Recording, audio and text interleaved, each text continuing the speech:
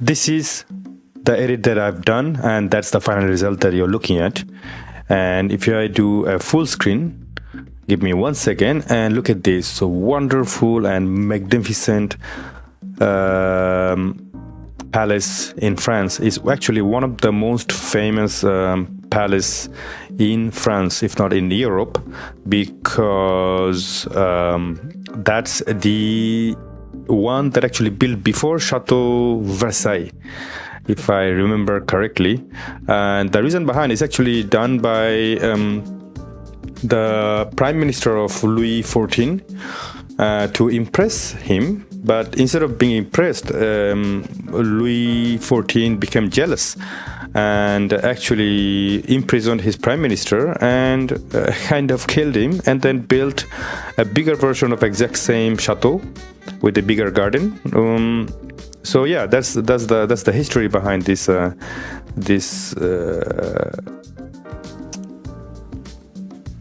palace. Its name is Château de Vaux le Vicomte. The Vaux le Vicomte. So I have already done the editing. However, though, let me show you the before and after. So that's before. How crazy is that? And after. Before, after. I can keep doing on and on and on. And you can see that there is a lot of change without even going into the details. Of course, I'm going to explain you a little bit, but I'm not going to give you a lot of way. But if you look at my advanced history, I did a significant amount of the local correction. But originally I went to the apply preset and I went straight to the FILMPACK designer, black and white, and I used a black and white preset. But you don't necessarily have to have a FILMPACK, in my opinion. You can have like a basic integrated one already. That is probably somewhere. I actually use this one, I think at the bottom. Hang on a second. The old postcard. So essentially is a black and white with a bit of sepia tone on the side. I'm actually going to show you even. If I go to FX, not the FX, I'm sorry, the color. And the color generally shows whatever been applied. So you go to the color and black and white rendering, black and white film. Then it used the Polaroid 664 DXO film pack, but you can actually use again the black and white. And then you could easily, for example, now it used the sepia Terra. So you have the plenty of sepia vibe going on. So you can use any even normal sepia and then maintain the intensity. I can go more or less, it doesn't really matter. And then once it's done, generally you have your global look. And then I went, because I have a DXO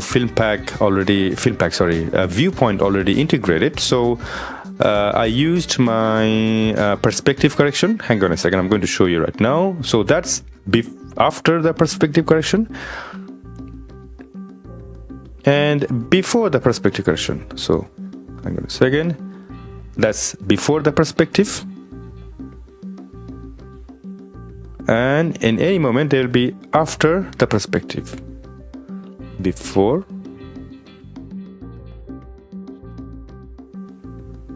after. It's much better if I do this. Give me 1 second.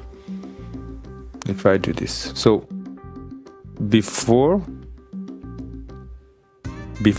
after, before, after. You see that everything remains same. However, the palace kind of tilt forward. Probably this way is better. There you go. You see that the palace kind of tilt bit more forward. And you must be wondering like why I'm not showing the whole process step by step. So because I'm giving you the ideas that not every edits are the same, not every building is the same. This is how I did, because I have an architecture in front of me. I kind of hesitated because obviously I had to make sure that geometrically perfect doesn't necessarily mean that that's exactly what I want. If you want to know what I mean by that, I wish I could have a better example. So let's go to this example that's taken with the GoPro. So if I do my perspective correction, my objective is that is only problem that I have is the horizon, for example. So I could do that. For instance, I could do this and it fixed. That's fine. And if I do side by side,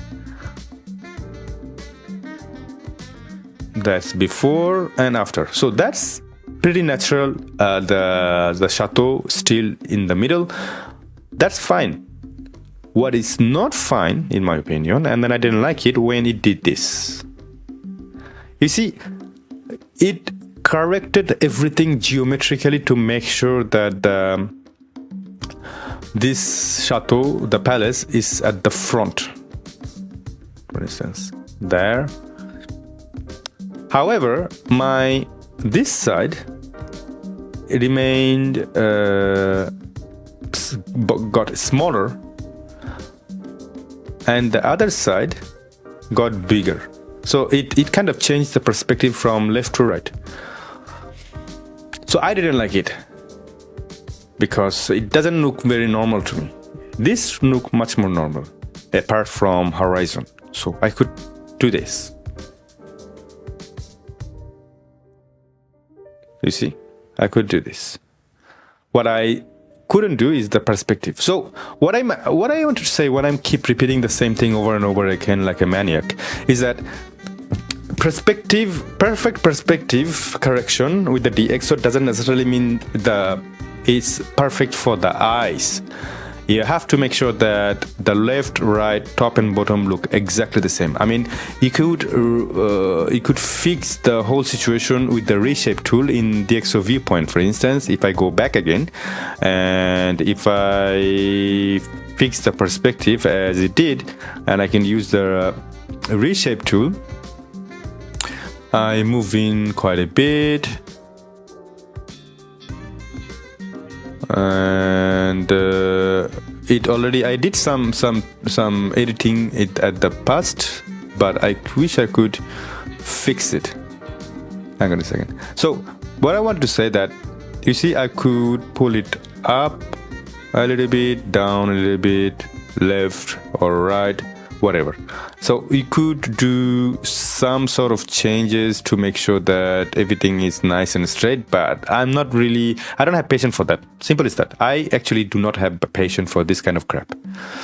It's good, it's useful, I could spend hours and hours and hours with this kind of edit, but I'm sorry, but I can't just take it.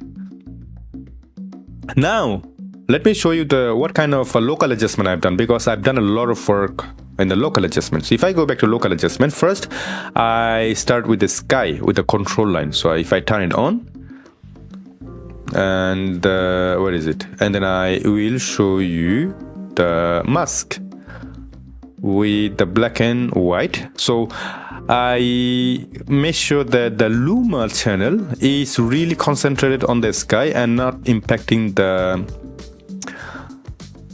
castle. So instead of going backward, which would cover also the castle, I went really forward to be concentrated on the sky, only on the sky. Chroma didn't really much because it's a gray day, so doesn't really matter. And hang on a second, I'm going to go back to red overlay, and then I just simply try to make sure the exposure is down, not too much, highlights is down, so that it makes sure it's really nice and gray. And then I went to the floor and I did exactly the same, kind of reduce the exposure, a little bit of highlight and a little bit of black to make added more black in order to get some more darker on the ground, so that the front, the Château, stands out like a 3D.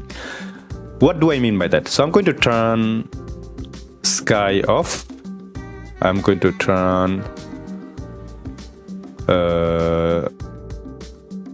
sky on, off and on. I probably can do this. Okay, I'm going to turn off local adjustment by doing so. There you go. So that's before the local adjustment, and that's after the local adjustment. So before local adjustment, again, the after local adjustment. It's fantastic, isn't it? So did you understand what I just did? So I used the control line on top of the sky, control auto mask for the castle and the wall to make it brighter and more contrasty. However, another auto mask at the floor to make the ground darker. And it did a pretty good job. It's not perfect, obviously. I agree with you if you say so. Trust me. However, and I can actually continue to do so with the roof of the castle to make it more darker, in my opinion. However, you know, it's not meant to be black and white. All photo, there's never perfect. And that's the beauty of this kind of photo. It's just not perfect. So I already made it quite enough perfect, in my opinion. And it doesn't necessarily have to be more than that.